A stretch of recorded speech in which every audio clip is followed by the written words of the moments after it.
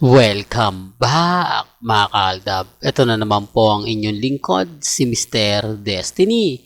At magbibigay po tayo ng pinakamainit na update po ngayon sa social media. Well, ino-nominate nga po raw si Maine Polkerson bilang TV Host of the Year sa EAT mga kaaldab. Ito mga kaaldab hindi pa tayo kumpirmado na nominado na nga po si Mengay. Ino-nominate pa lang po daw mga kaaldab. Pero marami na nagpo-push na sana nga po ay makuha si Mengay o mapasama. Siguro mga kaaldab, sa ngayon hindi pa tayo sure. Bukas sa makalawa, caption na po ito at siguradong nominado na nga po. Nominate na si Mengay para sa pagiging kumbaga host, di po ba? O, alam nyo sa totoo lang po, itong pagiging host ni Mengay nanalo na po ito, kaya lang ASEAN International sa Buko Channel mga kaaldab. Andito yun yan sa Buko Channel po, siya po yung nanalo. Pero gaya na sinabi ko, may kanya-kanya tayong pananaw, may kanya-kanya po tayong opinion. The 27 Asia TV Awards, si Maine Polkerson po nanalo niyan. Maraming nasagasaan diyan si Mengay. Totoo to mga kaaldab. Sa mga main fanatics, comment na lang po kayo. Kasi sa totoo lang naman po mga kaaldab, dito naman po sa channel ni Mr. Destiny, lahat naman po ng mga update, ina-update natin yan. Kaya lang syempre, nung mga panahon kasi to mga kaaldab, nasa Itbulaga, nasa 7 pa po yung Itbulaga at yung Buko Channel ni Mengay o Main Goals Buko Channel. Yung Main Goals ni Mengay nasa TV5 kaya hindi siya masyado pinag-usapan. Pero kahit pa paano binati po si Mengay. Medyo matagal na. Di po ba? Medyo matagal siya na pending bago siya batiin at sinabi nga po ni Henyo Master Joey De Leon na iba talaga si Mengay. Tinalo mo pa kaming TBJ. Totoo to baka may mag-react na naman. Hindi po ba? Kasi kada update ko mga kaaldab, sinasabihan nila tayong fake news. Lahat daw ng mga sinasabi ko hindi daw totoo. Lahat daw ng mga binabato natin hindi raw po kaaya-aya. Sabi ko nga po sa inyo, wala naman pong pilitan. Dito naman po sa channel ni Mr. Destiny. Lahat po ng mga gusto nyong mapanood, mapakinggan, relax lang po. Hindi po ba? Alam nyo naman po na marami talagang mga netizen, marami po talagang mga nagko-komento ng ganito, ganyan, etc. etc. Di po ba? Ang kagandahan nyo lang po dito sa channel ni Mr. Destiny makapagbigay tayo ng update. Makapag-update na kung saan nga po masasabi natin na ganito, masasabi natin ganon. Di po ba? At doon sa mga nagre-react at sa mga nagko-komento, relax lang. Di po ba? Alam nyo naman po na hindi napapatalo si Mr. Destiny sa pagbibigay ng update. Lalong-lalo na nga po pagdating kila Mengay at kay Alden. Hindi po ba? Pero bago natin ituloy itong mainit na talakayan po ngayon, kung bago ka lang sa channel na to at isa kang true-blooded Aldab Nation na nagmamahal po kila Mengay at Isoy, tama po ang channel na pinuntahan mo, kaya consider na po kitang bagong subscriber. At huwag mong kalimutang i-share ang mga video po natin sa mga mommies, sa mga titas at sa mga senyor. Ito po yung post na mainit na pinag-uusapan. Alam nyo kung bakit? Kasi pinost ito ng GMA Kapuso. Kaya nga po ako nagtataka. Bakit nga po ba pinost to ng GMA? Wala naman pong kumbaga pakinabang para sa kanila yan. Di po ba? Although, pag pupuntahan yung website nila, pag-uusapan yung website nila. Pero kung kumbaga pagpapakilala lang, papaborto sa EAT. Papaborto sa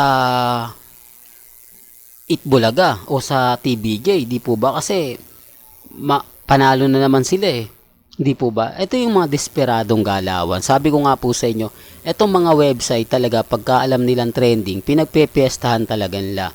Napunta sa Newsco, Philippine Star ngayon. Di po ba? Abante News. At yung mga ilang pang website na Kapamilya Network na talaga naman pong pinagpiestahan yung mga posts na sinasabi nga po natin si Alden Richards naman talaga yan. At talagang inedit lang, tinanggal lang yung ulo, pinalitan, pero kita naman po yung katawan, hindi po pwedeng baguhin. Maaring madaya nila ang muka, mata, ilong, pero ang katawan hindi nila po pwedeng alisin, di po ba? Kaya nga po yung pinakita natin photos, pinakita nating video na kung saan kitang-kita yung balbas ni Alden Richards, di po ba, yung kapal ng buhok, talaga naman pong sa atin po talaga. Kaya lang syempre wala po ako sa posisyon para ipilit yan. Wala po ako sa posisyon para sabihin, di po ba? Alam nyo naman po, pagdating dito sa channel ni Mr. Destiny, lahat naman po ng mga gusto nyong malaman, lahat naman po ng mga gusto nyong mabalitaan, pabor man o hindi, hindi po ba, relax lang. Darating naman po yung point, tayo pa rin yung panalo eh. Darating din po yung point, tayo pa rin po yung wagi. Kahit sabihin nila, nako, ang tagal na yan, Mr. Destiny, paulit-ulit na lang kayo. Di po ba? Kaya nga po ako nagbibigay ng update ng ganito para alam po ng mga mamis. Tapos, ito pa po yung issue mga kaaldab. Di po ba? Na kung saan nga po, maingay na maingay para kay Mengay. Pero, mamaya na natin yan tatangkilikin. Kumbaga, balikan lang natin itong pagkaka-nominate kay Mengay. Kasi kung mananalo po si Mengay bilang sa EAT TV Host of the Year, at talagang malaking achievement sa TV5. Kasi sila po yung kauna-unahan na magkakaroon ng host na talagang sabagay si Mengay, di po ba? Ibig kong sabihin dito po sa taong 2023, di po ba? Pero alam nyo na, sabi ko nga po sa inyo dito po sa channel ni Mr. Destiny, marami nagre-react, marami nagko-komento, pero okay lang naman po yan. Ako naman po, hindi naman po ako namimilit. Hindi naman po tayo, kumbaga, nakikipag-talastasan, kumbaga, ganito-ganyan. Ang sa atin lang naman po, mga kaaldab, nagbibigay lang tayo ng ganap. Nagbibigay lang po tayo ng update. Kung ano yung latest, kung ano yung trending, yun lang naman po yung pinapaliwanag natin eh. Di po ba? At paano po tayo magiging fake news kung nababasa naman po nila, napapanood po nila, napapakinggan po nila yung mga binabalita po natin. Di po ba? Kaya nga po sabi ko sa mga main fanatics, alam na alam po yung pagkapanalo ni Mengay bilang TV The 27 Asia Awards. Kaya lang siyempre yung iba baka hindi alam tapos magre-react sa akin. Ako, fake news yan si Mr. Destiny. Hindi yan totoo. Keso ganito, keso ganon, di po ba? Alam nyo naman po na may kanya-kanya tayong pananaw, may kanya-kanya tayong opinyon. Ang sa akin po, binabalik ko lang yung mga kaganapan dati na kung saan nasa TV5 si Mengay, nasa 8 Bulaga 7 naman po ang TVJ. Siyempre, hindi lahat yun nakikita. Hindi lahat yun binabalita. Ganyan po kabayas ang GMA. Pero pagdating ngayon, magugulat po kayo, no? Biglang binalita yung post. Biglang nag-iba yung ihip ng hangin. So, tapos sino ngayon yung bitter? Sino ngayon nagsasabing wala na yung Aldab pero ginagamit po nila? Di po ba? Well, hanggang dito na lang po yung updates natin, mga ka-Aldab, ha?